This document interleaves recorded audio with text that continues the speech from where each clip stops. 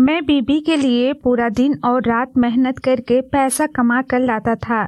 एक रात मैं जल्दी घर आया तो बीबी चाचा के साथ गंदी और शर्मनाक हरकत कर रही थी। मैंने गुस्से में दोनों का कत्ल कर दिया और जेल चला गया। मुझे फांसी की सजा हो गई। फांसी से एक दिन पहले मेरे रोंगटे खड़े हो गए, क्योंकि मेरी पत्नी कभी कभी इंसान शर्म के जोश में आकर होश खो बैठता है, और मैंने भी यही किया था। मैं पिछले 2 साल से जेल में कैद अपनी मौत का इंतजार कर रहा था। सारा वक्त सजदे में गिरकर आंसू बहाता। मैं हर दिन अपने किए की सजा अपने ही कारण भुगत रहा था। काश जिंदगी में वो सब कुछ ना हुआ होता जो हो चुका था, तो आज मैं एक आज़ाद इंसान होता। मैं जानता था कि मेरी गलती की सज़ा सिर्फ और सिर्फ सज़ा एक मौत है, और मैं जिंदगी की उम्मीद भी छोड़ चुका था। ऐसे में अचानक ही मुझे एक ऐसी खबर मिली और मैं हैरान रह गया। और जब सच्चाई मुझे पता चली तो मेरे रोंगटे खड़े हो गए। 2 साल पहले अपनी आंखों से अपने कमरे का मंजर देखने के बाद मैं खुद पर काबू नहीं कर सका था, और मैं वो सब कुछ कर दिया था जिसका मैं ख्वाब में नहीं सोचा करता था। वो मंजर मेरी आंखों में आज तक जिंदा है, जब मैं बहुत खुशी खुशी अपनी बीबी के लिए फूलों की गजल खरीद कर घर आ गया था। बहुत ज़्यादा खुश था, क्योंकि मुझे नौकरी में तरक्की मिली थी। मैं एक कपड़े की फैक्ट्री में काम करता था और मुझे सुपरवाइज़र बना दिया गया था। मेरे दिन रात की मेहनत रंग लाई थी, और इतनी मेहनत मैं सिर्फ और सिर्फ अपनी बीबी के लिए ही कर रहा था, क्योंकि मैं अपनी बीबी अलीशा से बहुत मोहब्बत करता था, और अलीशा घूमने फिरने वाली ज़िंदगी चाहती थी, और मैंने हलाल कमा कर उसे ये ज़िंदगी जीना चाहता था। अलीशा की खातिर मैं खून पसीना एक कर रहा था, अपनी ताकत से ज़्यादा मेहनत करता था। जैसे ही मुझे पता चला कि मैं सुपरवाइज़र बन गया हूँ, मेरी खुशी के इंतकाम न रहे। मेरी तनख्वाह में भी 5,000 का इजाफा हुआ। मैंने सोच लिया था कि ये 5,000 मैं हर महीने अलीशा को उसके खर्च के लिए दे दिया करूँगा। मैंने अपनी जिंदगी का एक ही मकसद बना लिया था, और वो अलीशा की खुशी थी। शादी के पहले ही दिन से अलीशा मुझे कह रही थी कि मैं अपनी उसके खर्चे के लिए पैसे दिया करूं, लेकिन उस वक्त मेरे हालात ऐसे नहीं थे, इसलिए मैं बेमुश्किल अलीशा को 1,000 रुपए दे पाता था। लेकिन आज मुझे यकीन था कि अलीशा 5,000 का सुनकर बहुत खुश हो जाएगी। मुझे बिल्कुल भी अंदाजा नहीं था कि अलीशा तो बहुत ऊंची उड़ान भरने की तैयारी कर चुकी है, और अब यह 5,000 भी उसके लिए कुछ नहीं होंगे। मैंने फैक्ट्री से निकलते ही अलीशा के लिए फूलों की गजरे खरीदे। मुझे अलीशा के लंबे लंबे बालों में गजरे बहुत पसंद थी। मेरी बीबी इंतहाई खूबसूरत और हसीन औरत थी, तो तारीफ के लिए अल्फाज कम पड़ जाते। मैं अलीशा को खुशी खुशी गजरे पहनाते देख रहा था, लेकिन मुझे क्या खबर थी कि हकीकत की आंख से मुझे क्या देखने को मिलने वाला है। हमेशा की तरह मैं अपनी चाबी से दरवाज़ा खोलकर घर में दाखिल हुआ। मैं अलीशा को जल्द से जल्द एक खुशखबरी देना चाहता था, और इसलिए मैं फैक्ट्री से भी जल्दी आ गया था, वरना हमेशा मैं ओवर टाइम लगाता और देर रात के वापस आता था। आज मैं वक्त से थोड़ा जल्दी निकल आया था, लेकिन अपने बेडरूम में के दरवाजे पर पहुंचकर जो कुछ मुझे देखने को मिला, मेरी आंखों के सामने अंधेरा छा गया। कुछ लम्हे तो मुझे अपनी आंखों पर यकीन नहीं रहा, और जब मुझे यकीन आया फिर कुछ बाकी ना बचा। मेरी बीबी जिस हाल में मेरे चाचा के साथ कमरे में थी, मेरी आंखों में खून उतर आया था। मैं और अलीशा एक ही मोहल्ले में रहते थे। अलीशा हमारे मोहल्ले की सबसे खूबसूरत और हसीन लड़की थी। हर कोई उसके हुस्न का दीवाना था। मैं भी अलीशा से मोहब्बत करता था, और जब ये बात मैंने अपनी माँ को बताई तो वह फौरन ही खुशी खुशी अलीशा के लिए रिश्ता लेकर चली गईं। अलीशा के पापा और मेरे अब्बा बहुत अच्छे दोस्त थे। मैं मोहल्ले का एक शरीफ नौजवान था, और हर कोई मेरे शराफत का दीवाना था। अलीशा के अब्बा भी मुझसे अच्छी तरह वाकिफ थे, और वो जानते थे कि मैं एक मेहनती और खुददार लड़का हूँ और इसी खूबी की बदौलत उन्होंने अलीसा के लिए मेरा रिश्ता कबूल कर लिया। अलीसा उस वक्त सिर्फ 16 वर्ष की थी। अलीसा ने मुझे देखा था। मैं एक लंबा चौड़ा और खुश शकल नौजवान था, इसलिए अलीसा को भी इस रिश्ते पर कोई एतराज नहीं हुआ और यूं हम दोनों की शादी हो गई।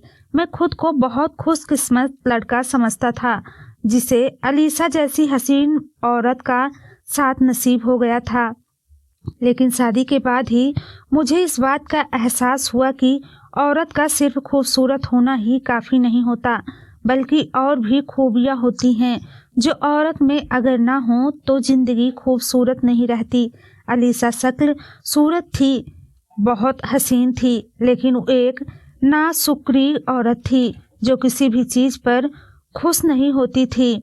बेहतर से बेहतर की ख्वाहिशें में वो मेरे जज्बात को रौंदती चली गई और इस वक्त का अंदाज़ा मुझे शादी की पहली रात ही हो गया जब मैंने अपनी औकात से बढ़कर अलीसा को बहुत खूबसूरत सोने की चैन तोहफे में दी और अलीसा उसे नज़र भर के भी न देखा बल्कि नाराज़गी से कहने लगी, इतनी हल्की चैन क्यों बनवाई है? मैं जो अपने औकात से ज़्यादा का तोहफा देकर बहुत खुश था। एक लम्हे में ही मेरा चेहरा उतर गया था। अलीसा के लिए यह चेन खरीदने के लिए मैंने बहुत जतन किए थे। अपनी बहुत सी ज़रूरतों का गला घोट कर मैंने ये पैसे जोड़े थे। मुझे लग रहा था कि अलीसा बहुत खुश होगी क्योंकि वो भी मेरे जैसे ही एक गरीब घराने से थी और ये एक कीमती तोहफा था जो मैं शादी की रात उसे देकर खुश करना चाहता था। लेकिन उसके चेहरे पे तो एक मुस्कुराहट भी ना आई थी। शायद वो मुझसे ज़्यादा की उम्मीद कर रही थी। मैंने अलीसा से यही वक्त वादा किया कि मैं उसे इससे कहीं ज़्यादा बेहतर चैन खरीद कर दूंगा, लेकिन यह सिलसिला यहीं ख़त्म नहीं हुआ था, बल्कि ये तो शुरुआत थी। उसके बाद हर चीज़ को लेकर ही अलीसा राई का पहाड़ बनाने लगी। कभी उसे मेरे घर बहुत छोटा लगता तो कभी उसे मेरी मोटरसाइकिल बहुत खटारा महसूस होती। ऐसा लगता था जैसे मैं उसे किसी महल से ब्याह कर लाया हूँ।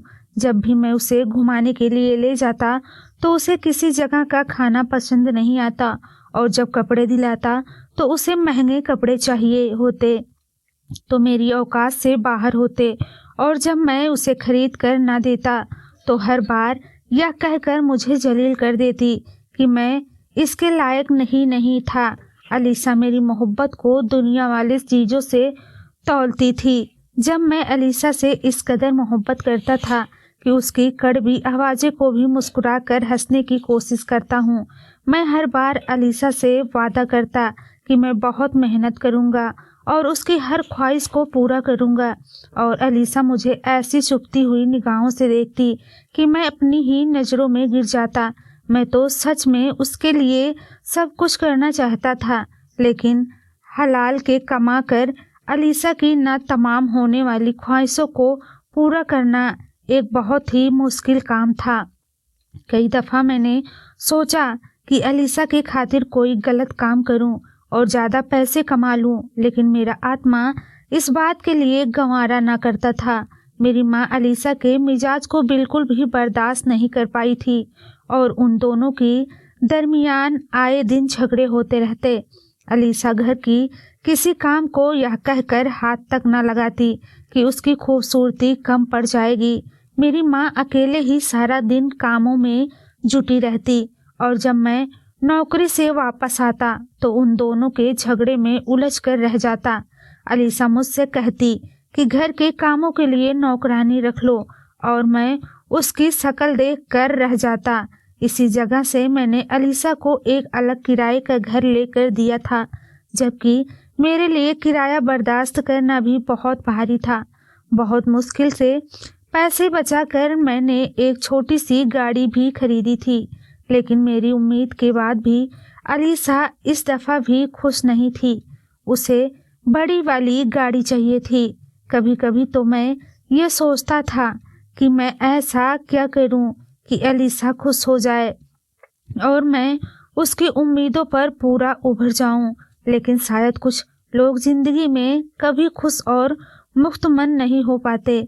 अलीसा उन्हीं लोगों में से थी जो हमेशा ऊपर के सपने देखती थी और वो कभी हमारे घर की खुशियों और सुकून को महसूस ही नहीं कर पाती थी। हम बहुत लग्जरी जिंदगी नहीं गुजार रहे थे। पिछले कुछ वर्ष से मुझे अलीसा में एक अजीब सा बदलाव महसूस हुआ था। वो मुझसे बहुत ज़्यादा खींची खींची रहने लगी थी। अलीसा ने मुझसे बात करनी भी बहुत कम कर दी थी और जब बात करती तो सिर्फ और सिर्फ झगड़ा की करती। ऐसा लगता जैसे वो बहुत ही ज़्यादा मजबूरी में रिश्ता निभा रही है।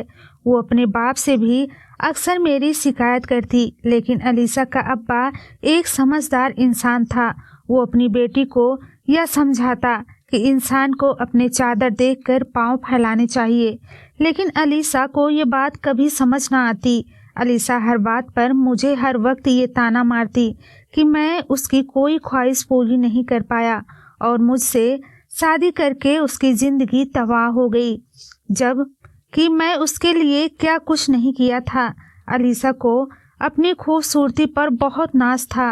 वो मुझे साफ साफ लफ्ज़ों में कहती कि उसके लिए रिश्तों की कोई कमी नहीं थी और उसे किसी अच्छे और अमीर लड़के का रिश्ता आसानी से मिल सकता था, लेकिन उसके बाप ने उसके लिए मेरा इंतखाब करके उसकी ज़िंदगी को जानूम में बना दिया। अक्सर तो वो गुस्से में अपने बाप को भी कोसने लगती। एक दिन मेरा चाचा हमारे घर आया तो वो अलीसा को देखकर हैरान रह गया। वो पहली दफ़ा अलीसा से मिल रहा था। उसने अलीसा को सिर से पांव तक देखा। अलीसा उसी वक्त नहा कर निकली थी और सुर्ख रंग के जोड़े में उसकी गोरी रंगत और भी दमक रही थी। कमर से नीचे लहराते बाल और सुरमाई आँखों ने अखलाक को पूरी तरह आकर्षित कर लिया था। अखलाक दूसरे शहर में रहता था और वह अपने कारोबार के सिलसिले में कुछ दिन के लिए हमारे शहर आया था।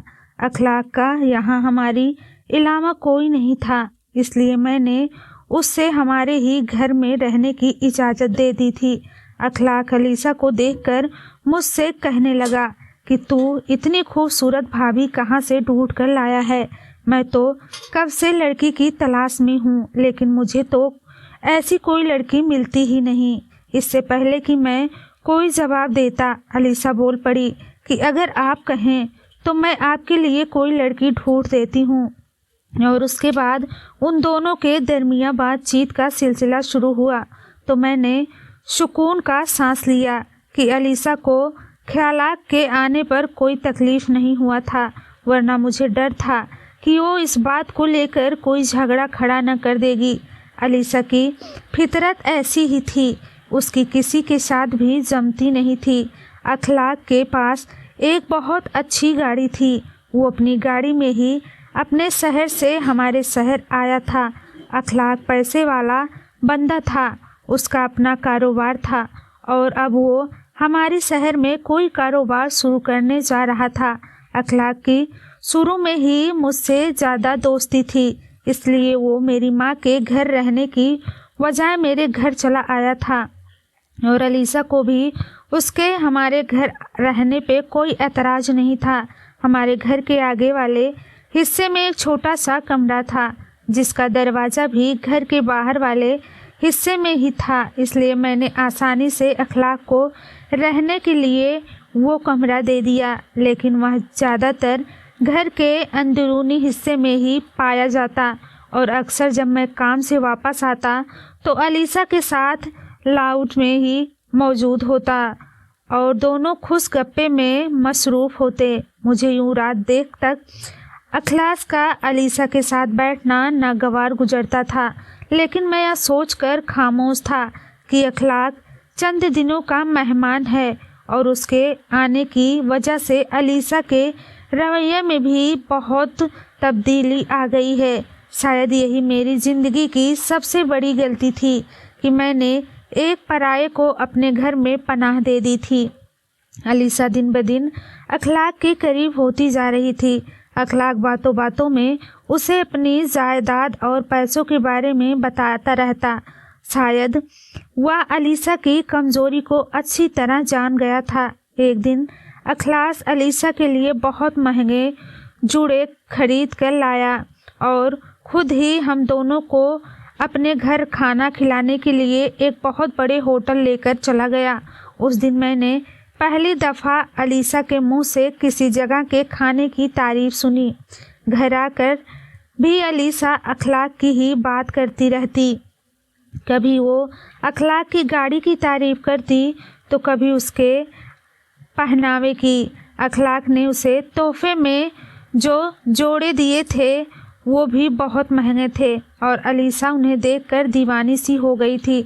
मैं समझ रहा था कि अलीसा कुछ ही टाइम तक अखलाक से जुड़ी रहेगी, लेकिन मुझे क्या खबर थी कि वो तो अखलाक के साथ ही ताल्लुक़ कायम कर बैठी। अखलाक को अलीसा की खूबसूरती भा गई थी और अलीसा को अखलाक की दौलत में दिलचस्पी थी। उन दोनों में नज़दीकियाँ दिन ब दिन बढ़ती जा रही थी और मैं यह सोचकर खामोश था कि अलीसा इसी बहाने हंसने मुस्कुराने लगी है और उसका मिजाज भी पहले से बेहतर हो गया है। जब मैं घर वापस आता तो वो मुझे तैयार मिलती और उसे सजा बना देखकर मैंने बहुत खुश हो जाता, लेकिन मुझे खबर थी कि वह सजना संवरना मेरे लिए नहीं है। मेरी बीवी तो एक गैर मर्द के लिए तैयार होने लगी थी। अखलाक ने कुछ दिनों में ही अपना कारोबार हमारे शहर में जमा लिया था और वो बता रहा था कि अब उसका हमारे शहर आना जाना लगा रहेगा। यह सुनकर अलीसा के चेहरे पर जो खुशी आई वो मेरे लिए बहुत हैरान कर देने वाली थी और इसी खुशी की वजह मुझे उस वक्त समझ आई जब मैं फैक्ट्री से वापस गजरे लिए घर जल्दी आ गया ताकि अलीसा को अपनी तरक्की की खबर सुनाकर उसे खुशी कर दूं। लेकिन कमरे के दरवाजे में पहुंचकर मैंने देखा कि मेरी बीवी तो अखलाक के साथ उस हालत में हमारे ही बिस्तर पर मौजूद थी। वो दोनों एक दूसरे में इस कदर मगन थे कि उन्हें मेरी मौजूदगी का एहसास तक नहीं हो सका। मुझे ऐसा महसूस हो रहा था जैसे इस मंजरे में मेरी रूह तक को सुलझा दिया हो। मैं सोच भी नहीं सकता था कि जिस बीवी के लिए मैं दिन रात मेहनत कर रहा था और अपनी औकात से ज़्यादा भी चीज़ें देने की कोशिश कर रहा था, मेरी बीवी वही महबूब बीवी मेरी गैर मौजूदगी में मेरे ही चाचा के साथ यूं जिस्मानी ताल्लुक़ कायम कर लेगी। अखलाक ने न जाने अलीसा की आंखों में कौन से सपने भर दिए थे जो अपने हद तक पार कर गई थी और उसने अपने रिश्ते का लिहाज भी न रखा था। अचानक ही मुझ पर जुनून सवार हो गया और मैंने किचन से बड़ा वाला चाकू उठाकर उन दोनों के पेट में भोंक दिया। जब तक उन दोनों को मेरी मौजूदगी का एहसास हुआ, पानी सर के ऊपर से गुजर चुका था। वो दोनों इस हालत में भी नहीं थे कि अपना बचाव कर पाते और मैंने फौरन ही अपने वार से बारी बारी दोनों को कत्ल कर दिया। जज्बात में आकर मैंने वो कत्ल तो कर दिए थे, लेकिन जब मुझे होश आया तो मेरे कदमों तले ये ज़मीन निकल गई। ये मैंने क्या कर दिया? नहीं, मैं क्या कर बैठा था? मैंने न सिर्फ अपनी बीवी बल्कि अपनी चाचा को भी मौत के घाट उतार दिया था। मुझे होश तो उस वक्त आया जब दरवाज़ा बजने की आवाज़ आई।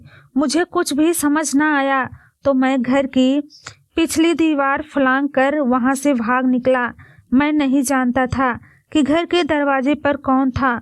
मुझे सिर्फ इतना मालूम था कि मुझे पलट कर नहीं देखना। मैं कई दिन तक छुपता फिरता रहा, लेकिन मैं जाता भी तो कहाँ जाता, क्योंकि मेरे पास इतने पैसे भी नहीं थे कि मैं ज़्यादा दिन अपनी भूख मिटा सकता। और जब मेरी जेब खाली हुई तो मुझे मजबूरन बाहर निकलना पड़ा। और जब कुछ ही दिनों में मैं पुलिस की गिरफ्त में आ गया। अलीसा के वालिद ने मेरे खिलाफ केस करवा दिया था। उस दिन जब घर आया, दरवाज़ा बजाया था। अलीसा के पापा हमारे घर आए थे और बहुत देर दरवाज़ा बजाने के बाद उन्होंने पड़ोसियों की मदद से दरवाज़ा तोड़ा था और जब अंदर दाखिल हुए तो उन्होंने अलीसा और अखलाक को अंदर खून से में लसपत पाया था। अलीसा के पिता ने अपनी बेटी के कत्ल के जुर्म में मुझ पर केस करवा दिया था। मुझे अलीसा के हत्या के कत्ल का इल्ज़ाम था और मुझे मालूम हुआ कि अखलाक जिंदा बच गया है, लेकिन वो भी पुलिस की हिरासत में था क्योंकि वो एक गैर कानूनी काम कर रहा था और इसलिए दूसरे शहर से भागकर वहां आया था क्योंकि वहां की पुलिस उसे ढूंढ रही थी और लड़कियों के साथ दोस्ती करके उसके साथ संबंध बनाता और उनकी गंदी तस्वीर के जरिए उन्हें ब्लैकमेल करके पैसे कमाने का काम करता था। कानून के तहत मुझ पर कार्रवाई शुरू कर दी गई। मेरी माँ ने मेरे लिए एक वकील रखा था और मेरे वकील ने मेरा भरपूर छुड़वाने करने की कोशिश की थी, लेकिन मैंने अपने वकील से साफ साफ कह दिया था कि मैं अपनी बीवी के किरदार को सरेआम बदनामी नहीं करवाना चाहता। जो कुछ भी मैंने बंद कमरे में अपनी आंखों से देखा वो मैं दुनिया वालों के सामने बयान नहीं कर सकता। मेरे वकील ने मुझे बहुत समझाया कि अगर आपको अपनी सज़ा कम से कम करवानी है तो आपको यह साबित करना होगा कि आपकी बीवी आप ही के चाचा के साथ गलत काम कर रही थी, लेकिन मैंने अपनी बीवी के बारे में कोई बात नहीं की और मुझे सजाए मौत की सज़ा सुनाई दी गई। अलीसा ने इतना बड़ा धोखा खा लेने के बावजूद भी मैं आज भी अलीसा से उतनी ही मोहब्बत करता था। मुझे अपने किए पर पछतावा था। मुझे इस तरह शायद अपनी बीवी की कत्ल नहीं करना चाहिए था। कहीं न कहीं गलती मेरी भी थी कि मैंने एक पराये मर्द को अपनी बीवी के साथ घर में ठहराया था। मैं हर वक्त रो रो कर अल्लाह के हुजूर दुआ मांगता कि मुझे किसी तरह रिहाई मिल जाए। मैं सजाए मौत नहीं चाहता था। मैंने अपने गुनाहों की भी बहुत रो रो कर माफ़ी मांगी थी, लेकिन फिर अचानक ही कुछ ऐसा हुआ जो मेरे सपने में भी नहीं सोचा था। फांसी से एक दिन पहले ही मुझे रिहाई मिल गई और मैं हैरान था ये क्या माजरा है, और यह जानकर मेरे रोंगटे खड़े हो गए कि मेरी बीवी हर रोज़ अपने वालिद के ख्वाब में आकर मेरी रिहाई का कहा करती थी। अलीसा के पिता ने मेरे रिहा होने के बाद मुझे बताया कि पिछले 10 दिन से वो रोज़ाना एक ही ख्वाब देख रहे हैं जिसमें अलीसा उनके ख्वाब में आकर कहती है कि उसने मुझे माफ़ कर दिया है और वह मुझे माफ़ करके उसे सज़ा से बचा ले। शायद मेरी दुआ कबूल हो गई थी। पहले तो रजिया के पिता ने उसे महज एक ख्वाब समझा, लेकिन बार बार एक ही ऐसा ख्वाब देखने के बाद उन्हें एहसास हुआ कि शायद अलीसा यही चाहती है कि तुम्हें आज़ाद कर दिया जाए। अलीसा के पापा को अपनी जवान बेटी की मौत का बहुत गम था, लेकिन कहीं न कहीं उन्हें अंदाज़ा था कि ये सब उनकी बेटी की गलती हरकतों की वजह से हुआ है, क्योंकि जब वो घर में दाखिल हुए थे तो उन्होंने अखलाक और अलीसा को एक साथ खुद अपनी आंखों से देखा था। अलीसा तो अब इस दुनिया में नहीं थी और वो अपनी जवान बेटी की मौत का सदमा झेल रहे थे, लेकिन वो नहीं चाहते थे कि मेरी माँ भी अपने जवान बेटे की मौत का गम उठाए। जीते जी तो अलीसा कभी मेरे साथ कुछ नहीं रह पाई थी, लेकिन मरने के बाद उसने मुझे माफ़ करने के मुझे सुकून ज़रूर पहुंचाया था। मुझे अलीसा को खोने का बहुत गम था। वो सारी ज़िंदगी ख्वाहिश करती रहती और चाहती थी कि शादी के बाद उसकी सारी ख्वाहिशें पूरी हो जाए, लेकिन मैं चाहकर भी उसकी ये ख्वाहिश पूरी नहीं कर पाया और इसलिए उसने अखलास का साथ कबूल कर लिया था। कभी कभी इंसान लालच में आकर ऐसा कदम उठा लेता है जिसकी वजह से उसे ज़िंदगी हारनी पड़ती है। मेरे चाचा अखलाक अभी जेल की सलाखों के पीछे अपनी ज़िंदगी काट रहा था, लेकिन मैं अल्लाह के करम से आज़ाद हो गया था। अलीसा से मुझे आज भी पहले दिन जैसी ही मोहब्बत थी। कुछ मोहब्बतें कभी नहीं मरती और अलीसा के लिए मेरे दिल में भी एक ऐसी ही मोहब्बत है।